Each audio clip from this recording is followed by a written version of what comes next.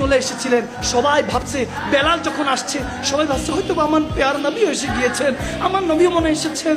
যখন সবাই বলতেছে বেলাল কত বছর হয়েছে তোমার আজান শুনি না, একটু যদি আজান দিতা, আমাকে রিকোয়েস্ট করেন না, আমি পারবো না। তখন ইমামে হযরত হাসান হুসাইন কাছে আসলেন। তেনারা শাহজাদা রাসূলরা যখন বলেন হযরত বেলালকে আপনি একটু আজকে আজান দেন, আজানটা শুনতে মন চাচ্ছে, তখন হযরত বেলাল হাবশী শাহজাদা রাসূলদের কথা হুকুমটা ফেলতে পারলেন না।